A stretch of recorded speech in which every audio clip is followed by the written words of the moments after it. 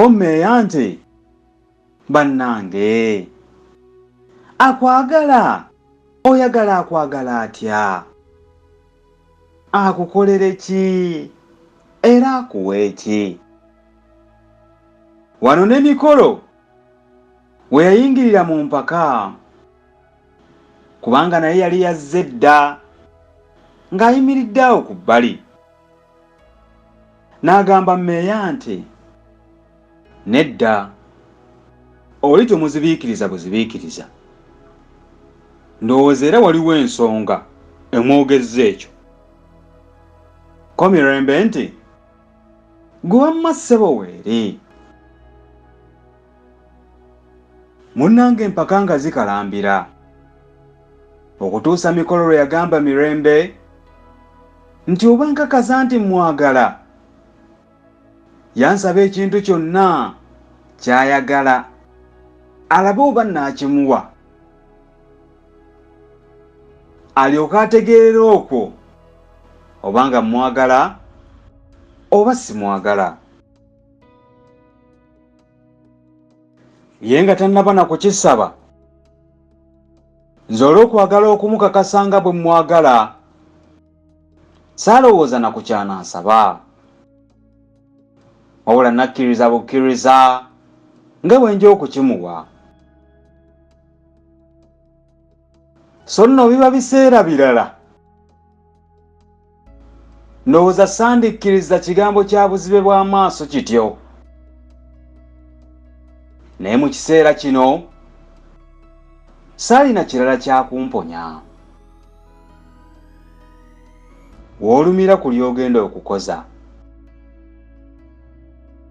Mirembe ye kwe kutegeeza nga bw'atajja kwetengezeza bwereere kusaba kantu konna, era nga nange bwe sisaanidde kwemalamu, ng'ate mmanyi nga sisobola kumuwa kyanaasaba.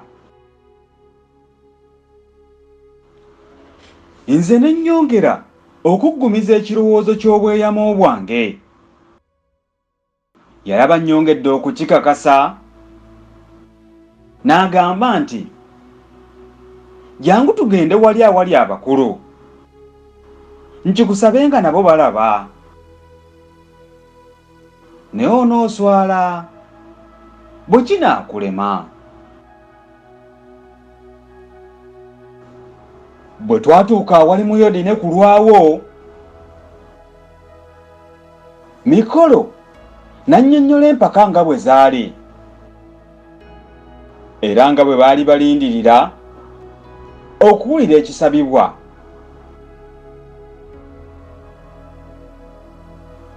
Mirembe kwe kugamba nti, kale oba onanjagalira ddala, tutte naye omukago. Kino kyanneesisiwaza era kyali kiyovu wadde okusinga kye nnali musuubira okusaba. Bonna nga bakyasiriikiridde, Meeya n'annyonnyola nga kino bwe kiri ekizibu ennyo, era nga bwe yandyagadde, era nga bw'abasaba oli asabeyo ekirala, nti kubanga kino singa kituuka mu matu g'omwami, olwo obwange nga bukomye.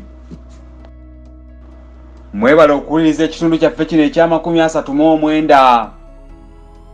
Tusisinkana ate mu kitundu ekya40, era mwebale kwongera kutwekuumirako mikwano. Tusiima, tusiimira ddala.